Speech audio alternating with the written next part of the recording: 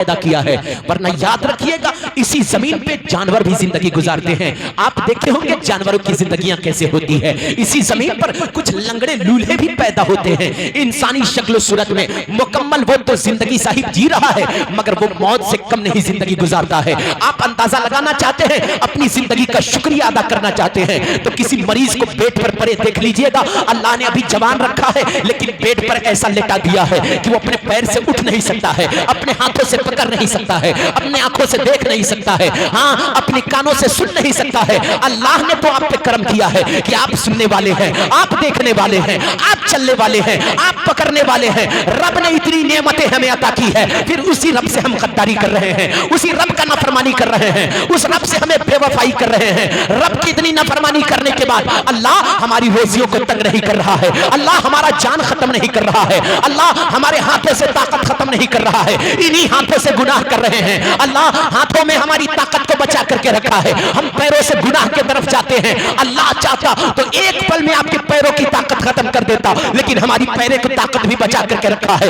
یاد رکھیے گا امام صاحب سے پچھلا دور پوچھ لیجئے گا، کچھ نبیوں کی امتی ایسی آئی ہے نا کہ جب وہ گناہ کرتے تھے تو ان کے پیشانی پہ لکھ دیا جاتا تھا یہ گناہ کرنے والا جا رہا ہے. کوئی شراب پی کر کے آتا تھا، اس کے پیشانی پہ لکھ دیا جاتا تھا یہ شرابی گزر کر کے جا رہا ہے، یا اس کے دروازے پہ لکھ دیا جاتا تھا یہ شرابی کا دروازہ ہے، یہ چور کا دروازہ ہے، یہ غیبت کرنے والوں کا دروازہ ہے. لیکن آج ساری گناہیں کر کے اگر ہم محفوظ ہیں، ہمیں کھانا پانی دانا مل رہا ہے، ہماری طاقتیں محفوظ ہیں، تو یہ آپ کا کمال نہیں ہے، اسی مدینے والے مصطفیٰ کا کمال ہے جس کے ذکر میں آپ بیٹھے ہیں. اللہ نے وعدہ لیا ہے، اے محبوب جب تک آپ میرے بندوں کے درمیان رہیں گے میں سب کو عیب کو چھپا کر کے رکھوں گا. وہ اللہ ہماری عیبوں پہ پردہ ڈال رہا ہے، تو پھر ہم ایسا کرے رب کا شکریہ ادا کرے. مرنے کے بعد ہمیں رب کی بارگاہ میں جواب دینا ہے، تو ہم اپنا اعمال ایسا کر لے اور زندگی کا شکریہ ایسے ادا کرے کہ ہم گناہوں سے توبہ کرے اور مدینے والے مصطفیٰ سے لو لگائے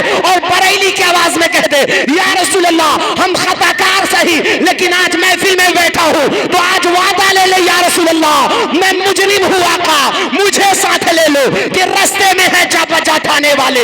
اتنا کہنا آپ کا کام ہوگا، آپ کے خطاؤں کو بخشش کروانا مصطفیٰ کا کام ہوگا. ہاں آپ وعدہ تو لے لے، اس محبوب کی محفل میں بیٹھے ہیں. یار یہ کیسا آواز ہو رہا ہے، میں جب زور سے بول رہا ہوں تو آپ آواز چونگا کی طرح کر دے رہے ہیں. پہلے جیسے سے بج رہا تھا باکس کی طرح بجائیے. آپ پہلے بہت اچھا بج رہا تھا، ایسا لگ رہا ہے کہ جواب دے رہا ہے آپ کا باکس ہے نا. تھوڑا سا اس میں آواز باکس موٹا بجائیے، تھوڑا چونگا پتلا کافی ہے، چونگا کے لیے پتلی آواز کافی ہے نا. باکس چاہیے، باکس کی طرح بجائیے. آپ بہت پہلے اچھا بج رہا تھا، پتہ نہیں کیا ہو گیا ماشاءاللہ. تو میں عرض کر رہا تھا اللہ کے فرشتے آپ کے لیے دعائیں کر رہے ہیں. اور یاد رکھیے گا حضور کی محفل میں بیٹھے ہیں، شادی ہمارے بیٹے کی ہوتی ہے، شادی ہماری بٹیا کی ہوتی ہے، لیکن ہم بات مدینے والے مصطفیٰ کی کرتے ہیں. چرچا تو اس لڑکی کی ہونی چاہیے تھا نا کل جس کی بارات آنے والی ہے، ذکر تو اس کا ہونا چاہیے تھا کل جو دولہا بن کر کے آئے گا، لیکن بات مدینے والے مصطفیٰ کی چل رہی ہے. اس لیے اندازہ لگائیے کہ کوئی دولہن نہیں بن سکتی تھی اور کسی جوان کی اوقات نہیں تھی کہ دولہا بن جاتا. اگر دولہا بھی بن رہا ہے تو مدینے والے مصطفیٰ کا صدقہ ہے. ورنہ یاد رکھیے گا آج بھائی طیب بھائی اپنی بیٹی کو رخصت کر کے فخر محسوس کر رہے ہوں گے، سینہ چوڑا کر رہے ہوں گے. یہ الگ بات ہے کہ 20 سال کی جدائی ان کے سینے میں ہوگی، 20 سال کی ایک بیٹی کی جدائی ان کے سینے میں ہوگی، ان کا دل روتا ہوگا، لیکن ظاہری طور پہ وہ خوش نظر آ رہے ہیں اس لیے کہ کل اپنی بیٹی کو رخصت کر رہے ہیں. آواز بھائی پہلے کی طرف باکس کیجئے نا، موٹا بنائیے اس کو، پہلے جس طرح بجا رہے تھے. ہاں پہلے بہت اچھا بج رہا تھا باکس کی طرح. ہلو تو ان کا دل روتا ہوگا، اس لیے روتا ہوگا کہ میں 20 اور 22 سال تک اپنی بیٹی کو کلیجے سے لگا کر کے پالا ہوں، اور کلیجے سے لگا کر کے پالا. اب اس بیٹی کی جدائی کی گھڑی آ رہی ہے، اب وہ بیٹی جدا ہو جائے گی جس کو لاڈ اور پیار سے باپ پالتا ہو. یار ہم تو 1 سال جانور پال لیتے ہیں نا تو بقرہ عید میں اسے ذبح کرنے میں افسوس ہوتا ہے یا نہیں؟ 1 سال بکرا پال کر کے آپ دیکھیں. اس لیے فرمایا جاتا ہے کہ آپ جب بھی رب کی بارگاہ میں قربانی دو نا تو پھر اپنے ہاتھوں سے بہتر ہے کہ پال کر کے دو، تاکہ جتنی محبت ہوگی نا اور جتنا ہی آپ کو دینے میں تکلیف ہوگی نا اللہ اتنا ہی ثواب میں اضافہ فرماتا چلا جائے گا. ہاں تو آج ہم عام ہماری باتیں عام ہو گئی ہے نا، پیسہ ہے رب نے مال دیا ہے ہم ایسا کریں گے اور قربانی کے دن ہی بکرا خرید کر کے لائیں گے. جب ایسا بکرا ذبح کیجئے گا تو میں نہیں جانتا ثواب تو مل ہی جائے گی ہے نا، آپ کا نقصان نہیں جائے گا، قربانی تو ہو ہی جائے گی، لیکن اس طریقے سے آپ کے دل میں افسوس نہیں ہوگا جیسا افسوس آپ پالے ہوئے بکرے کو رب کی بارگاہ میں قربانی دیں گے. ہاں تو جب 1 سال جانور پال لیتے ہیں تو ہمیں اتنا پیارا ہو جاتا ہے. 1 سال جانور پالنے کے بعد یاد رکھیں جس بیٹی کو ہم 20-22 سال تک پال کر کے دوسروں کے حوالے کر دے رہے ہیں تو پھر باپ کے جگر پہ کیا گزرتی ہوگی، باپ کے جگر پہ کیا گزرتی ہوگی. اس لیے میں کہہ رہا تھا کہ بھائی طیب بھائی کا دل تو روتا ہوگا، بیٹی کی جدائی کی گھڑی ہے، بیٹی رخصت ہونے والی ہے، لیکن ان کا سینہ چوڑا بھی ہو رہا ہوگا اس زمانے کے اعتبار سے، اس معاشرے کے اعتبار سے. معاشرے میں آج کل کی شادیاں دیکھ رہے ہیں لوگوں نے کتنا مشکل کر دیا ہے نکاح کو، جبکہ آقا کریم نے ارشاد فرمایا کہ نکاح کو آسان کر دو تاکہ دنیا سے برائی کا خاتمہ ہو جائے، دنیا سے زناکاری کا خاتمہ ہو جائے. اگر آج معاشرے میں برائیاں ہو رہی ہے، آج زنا ہو رہا ہے، یہ کیا ہو رہا ہے میرے ساتھ؟ ساؤنڈ میں آپ کیا کر رہے ہیں بھائی؟ آپ پہلے جس طرح بجا رہے تھے نا اس طرح بھائی بیس کم کیجئے نا، بیس ہلو ہلو ہلو پورا بیس کم کر دیجئے. درود پاک پڑھ لیں اللہم صلی اللہ علیہ نبی وآلہ وسلم صلاۃ و سلام علیک یا رسول اللہ صلی اللہ علیہ وسلم. پہلے کتنا اچھا تھا سیٹنگ، اسی پہ کیجئے نا پہلے والا پہ. تو میں عرض کر رہا تھا کہ درد کے حد سے گزارے تو سبھی جائیں گے، جلد یا دیر مارے تو سبھی جائیں گے، اور مسجدیں بلاتی ہے ہمیں بھلائی کے طرف، جائیں یا نہ جائیں پکارے تو سبھی جائیں گے. مسجدیں بلاتی ہے ہمیں بھلائی کی طرف، جائیں یا نہ جائیں پکارے تو سبھی جائیں گے. یاد رکھیے گا ایک باپ بیٹی کو رخصت کرتا ہے، اور آپ بھی یاد رکھیے گا کل جس بیٹی کی رخصتی ہونے والی ہے نا وہ صرف طیب بھائی کی بیٹی نہیں ہے، وہ پورے قوم کی بیٹی ہے، وہ پورے قوم کی بیٹی. آقا نے ارشاد فرمایا کہ جب تک بیٹیاں اپنے گھر پہ رہتی ہے نا تو پھر اس گھر پہ رب کی رحمتیں برستی رہتی ہے، اور جب وہ بیٹیاں شادی کر کے سسرال چلی جاتی ہے تو آقا فرماتے ہیں کہ وہ برکتیں لے کر کے سسرال چلی جاتی ہے. کتنی چیز یہ عظمت والی چیز ہے بیٹی، کتنے مقدر والے باپ کو ملتی ہے یہ بیٹیاں، نصیبے والے باپ کو ملتی ہے بیٹیاں. ورنہ آج تو لوگ دعاؤں میں بیٹا مانگ رہے ہیں، آج در در پہ لوگ ٹھوکریں کھا رہے ہیں بیٹے کے خاطر. لیکن یاد رکھیے گا بیٹے تو دعاؤں سے مل جاتے ہیں لیکن بیٹیاں مقدر سے ملا کرتی ہے، بیٹیاں نصیبے سے ملا کرتی ہے. یہ بیٹی کو رخصت کریں گے کل، ایک طرف ان کا دل روتا ہوگا بیٹی کی جدائی کے غم میں، دوسری طرف ان کے چہرے پہ مسکراہٹیں ہوگی کہ میں نے اپنے ذمے کا بہت بڑا کام کر دیا ہے. زمانے کے اعتبار سے میں نے اپنے ذمے کا بہت بڑا کام کر دیا ہے اپنی بیٹی کو رخصت کر کے.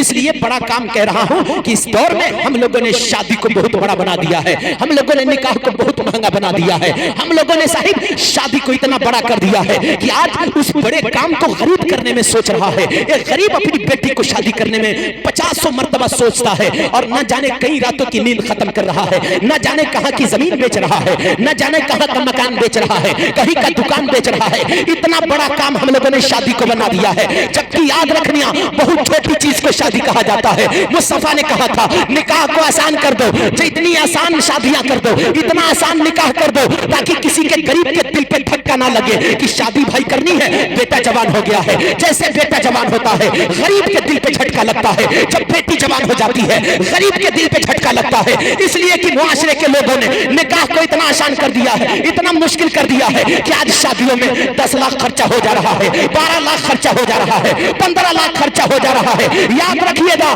ہماری اور آپ کی بیٹی ہے صاحب، کوئی کہے گا ہماری بیٹی ہے اس کی شادی میں تو بڑا دھوم دھام سے کریں گے، ہمارا بیٹا ہے اس کے شادی میں تو 50 لاکھ لگائیں گے. یاد رکھنا یہ آپ کی اوقات ہے، آپ کی طاقت ہے. آپ 50,000 کما کیا رہے ہیں کہ آج غریبوں پہ آپ کے دولت کی وجہ سے دکھ پہنچا رہے ہیں. آپ ہی کی وجہ سے آج محلے کا غریب ترس رہا ہے، آپ کے محلے کا غریب رو رہا ہے. امیروں کی وجہ سے آج محلے کے غریب در در پہ ٹھوکریں کھا رہے ہیں، مسجدوں میں جا کر کے رو رہے ہیں، بند کمرے میں رو رہے ہیں اور تمنا کر رہے ہیں اللہ کاش میرے پاس بھی دولت ہوتا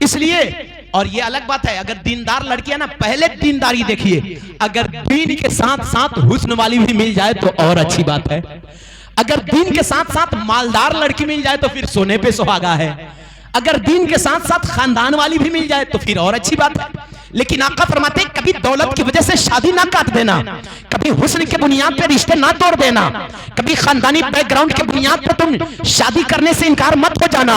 ارے یہ دیکھ لینا کہ لڑکا دیندار ہے، یا پھر تمہاری لڑکی کے لیے کوئی لڑکا ہے تو دیکھ لینا کہ دیندار ہے یا نہیں، اور تمہاری لڑکی ہو تو لڑکا کو دیکھ لینا، اس کے پاس دولت ہو یا نہ ہو، ارے اس کے پاس مال ہو یا نہ ہو، اس کا حسن ہو یا نہ ہو، اس کا خاندانی بیک گراؤنڈ اچھا ہو یا نہ ہو، دیندار اسی کو کہا جاتا ہے جو شریعت کا پابند ہوتا ہے، دیندار اس کو کہا جاتا ہے جو مصطفیٰ سے پیار کرنے والا ہوتا ہے، دیندار اس کو کہا جاتا ہے جو خدا کا خوف سینے میں رکھتا ہے، دیندار اس کو کہا جاتا ہے جو خدا کا حق ادا کرتا ہو۔ خدا کا حق کیا ہے؟ ہاں اگر وقت ہے تو 5 وقت کا نمازی ہونا چاہیے، آج جب ٹائم ملے بیٹھ کر کے قرآن کی تلاوت کرے، جب وقت ملے مصطفیٰ پہ درود پڑھے۔ آپ اندازہ لگا لیجئے گا یار یہ لڑکا دنیا دار میں پرورش نہیں پاتا ہے، یہ تو خدا کا حق ادا کرتا ہے، یہ دیندار ہے۔ جب ایسے لڑکے کے حوالے اپنی لڑکی کو کرو گے تو یاد رکھنا جو خدا کے ساتھ غداری نہیں کر سکتا ہے وہ تمہاری بیٹی کو بھی زندگی بھر وفاداری کے ساتھ رکھے گا۔ ہاں جو خدا سے کبھی غداری نہیں کرتا ہے، جو خدا کے حق کو ٹائم ٹو ٹائم ادا کر رہا ہے، وہ تمہاری بیٹی کو کبھی طلاق دے کر کے گھر سے نہیں بھگائے گا۔ لیکن اگر 50,000 کے نشے میں آپ نے بیٹیوں کو اس کے حوالے کر دیا، بھلے ہی 50,000 کماتا ہو لیکن بیک گراؤنڈ کا آپ نے اندازہ نہیں لگایا کہ 50,000 کما رہا ہے، 40,000 روپیہ جوا کھیلنے میں ختم کرتا ہے، 20,000 روپیہ مہینے کا شراب پینے میں ختم کرتا ہے، 50,000 کما رہا ہے، 40,000 روپیہ لونڈیوں کے پیچھے ختم کرتا ہے۔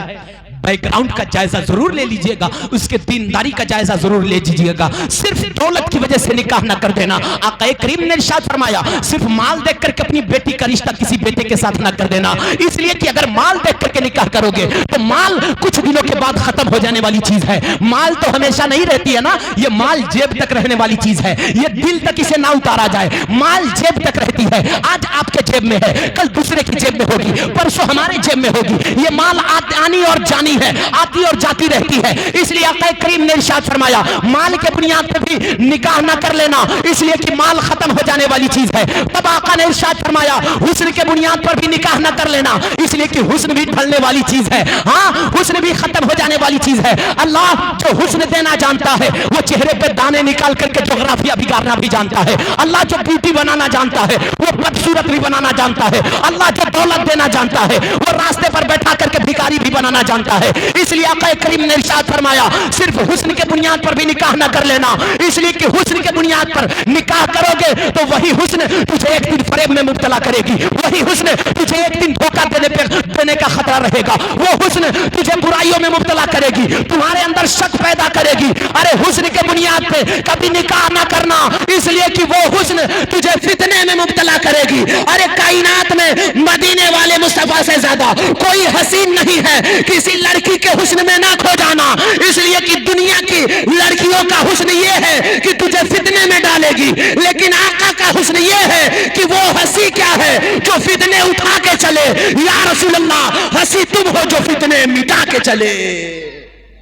ہاں تو آقا نے فرمایا حسن کے بنیاد پر بھی نکاح نہ کر لینا، اس لیے کہ وہی حسن تجھے دھوکے میں ڈالے گی، کبھی فتنے میں مبتلا کرے گی۔ آج دیکھتے نہیں جو حسین بیوی ہوتی ہے نا، خوبصورت ہوتی ہے، شوہر پردیش چلا جاتا ہے، اسے ڈر رہتا ہے یار میری بیوی خوبصورت ہے کہیں دوسرے کو نظر نہ مارے، میری بیوی خوبصورت ہے کہیں دوسرے کو لائن نہ مارے۔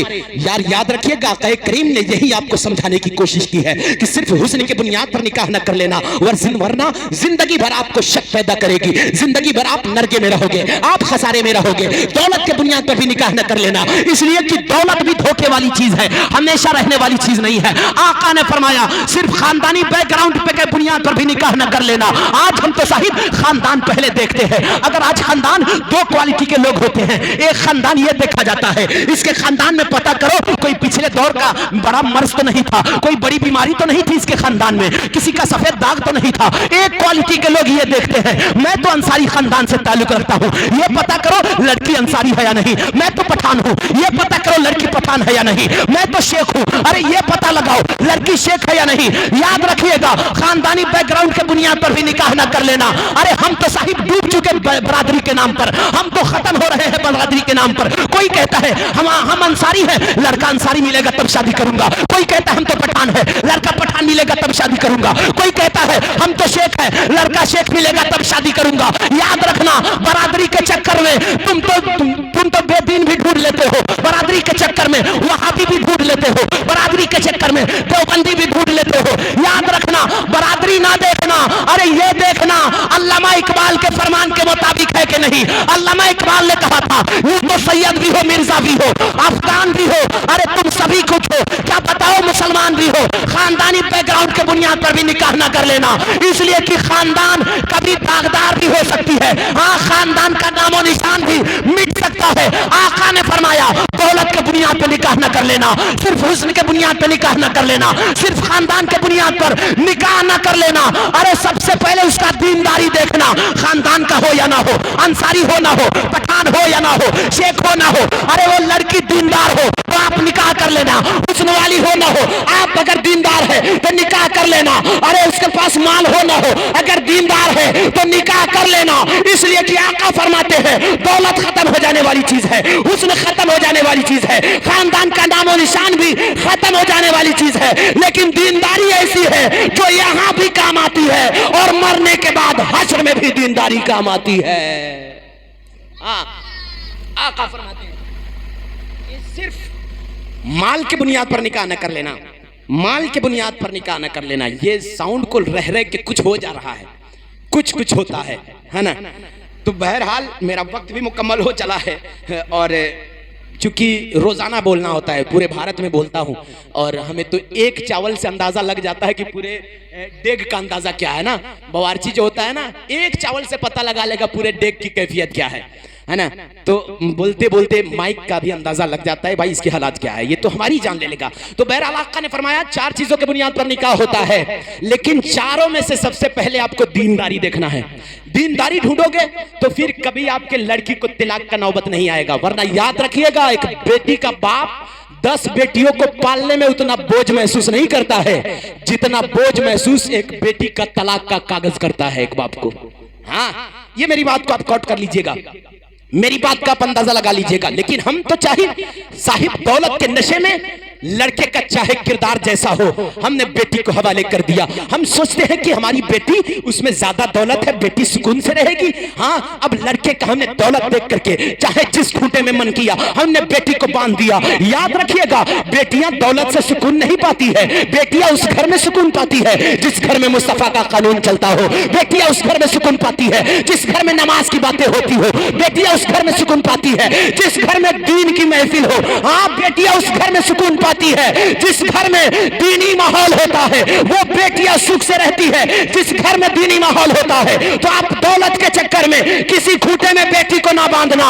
ارے اگر لڑکا ڈھونڈنا ہے تو دیندار لڑکے کے حوالے اپنی بیٹی کو کر دینا, انشاءاللہ وہ سوکھی روٹی کھلائے گا, مگر آپ کے بیٹی کو کبھی طلاق کے بارے میں سوچ نہیں سکتا ہے.